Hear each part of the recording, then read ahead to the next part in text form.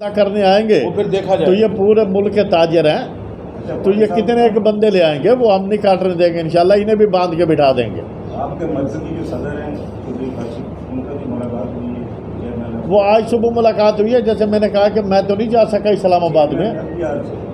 Chairman FBR سے کل ہوئی تھی، آج صبح 10 بجے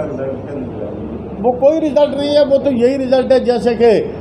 وہ سوچ رہے ہیں جی، کر رہے ہیں جی۔ ہمیں اب تو ایک پرابلم ہمارا یہ بن گیا کہ کوئی بھی بات آئے نا تو آگے سے کہہ دیا جاتا ہے کہ جی IMF اور ورلڈ بینک نہیں مانتے، IMF اور ورلڈ بینک نہیں مانتے۔ بھئی IMF اور ورلڈ بینک نہیں اگر آپ نے منانا تو پھر آپ سمجھ میں نہیں آ رہا کہ کل کس ملک میں کیا ہونا ہے، صبح اٹھیں گے کیا حالات ہوں گے۔ صبح اٹھیں گے میں کہتا ہوں خدا کے لیے آپس میں بیٹھے مذاکرات کریں، مذاکرات سے کوئی مسائل حل ہو۔ ہم 75 سال سے اپنے پاؤں پہ کھڑے نہیں ہو سکے 75 سال میں، تو ہم نے ملک کا مستقبل کیا دیکھنا ہے؟ سارے ملک کی نوجوان جو قیادت ہے وہ اس ٹائم بالکل بیچاری یہ سوچنے پر مجبور ہے کہ جی ہمارا کل کیا ہوگا، ہمارا آنے والا مستقبل کیا ہوگا۔ تو اس لحاظ سے میں گورنمنٹ آف پاکستان سے مطالبہ کرتا ہوں کہ خدا کے لیے کو عقل کے ناخن لیں اور تاجروں کو بھی سڑکوں پر آنے سے روکیں اور ان ناجائز ٹیکسوں سے ہمیں نجات دلائیں۔ شکریہ جی۔ ہم نے اس 17 اگست میں پھر آگے 14 اگست آ رہا ہے تو ہم نے یہ کہا کہ جی ہم انہیں ڈسٹرب نہ کریں، ہم اس لیے 17 اگست میں یہ لے گئے۔ اگر 17 اگست کے بعد بھی گورنمنٹ نے ہمارے یہ مطالبات تسلیم نہ کیے تو ہم انشاءاللہ آئندہ غیر معینہ مدت کے لیے ہڑتال کریں گے، اور ہم یہ بالکل ایسا ظالمانہ جو ٹیکس ہے دیکھیں نا، اس میں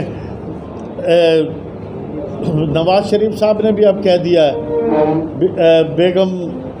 کیا نام مریم نواز نے بھی کہہ دیا ہے کہ مفتی صاحب کو کہ جی آپ یہ ٹیکسز واپس لیں، یہ ظالمانہ ٹیکس ہے۔ اس کے بعد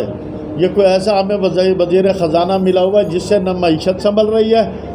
نہ ان سے ملک سنبھل رہا ہے۔ آئے دن کوئی نہ کوئی جو ہے نا ملک میں، اب دیکھیں سیلاب کے حال دیکھیں، آپ بلوچستان کو دیکھ لیں، آپ اندرون سندھ کو دیکھ لیں، اب یہیں ہمارے جنوبی پنجاب کو دیکھ لیں، آپ ڈیرہ غازی خان میں چلے جائیں، میں خیال ہے کہ سینکڑوں کی تعداد میں امواتیں ہو گئی ہیں، کوئی پرسان حال نہیں، کوئی ان بیچاروں کو پوچھنے والا نہیں ہے۔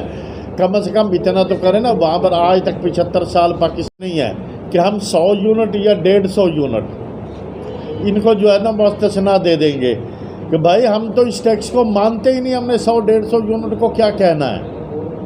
یا تو ہم اس ٹیکس کو مانیں تو تب بات ہے۔ رات مجھے فون آیا کہ جی دیکھیں جی رات 11 بجے کہ جی مفتی اسماعیل صاحب نے کہا کہ جی صبح آ کے ہمارے ساتھ مذاکرات کر لیں۔ میں تو نہیں گیا، ہمارے صدر اسلام آباد بیٹھے، میں نے کہا جی رات کو 11 بجے اطلاع آ رہی ہے، صبح 10 بجے ہم اتنے بھی وہ نہیں ہیں کہ جی یہاں سے اب ہم جائے اسلام آباد یا کوئی کراچی میں بیٹھا ہوا ہے یا کوئی کوئٹہ میں بیٹھا ہوا ہے، تو کیسے وہ رات کو 11 بجے اطلاع دے صبح آ جائیں جی 10 بجے؟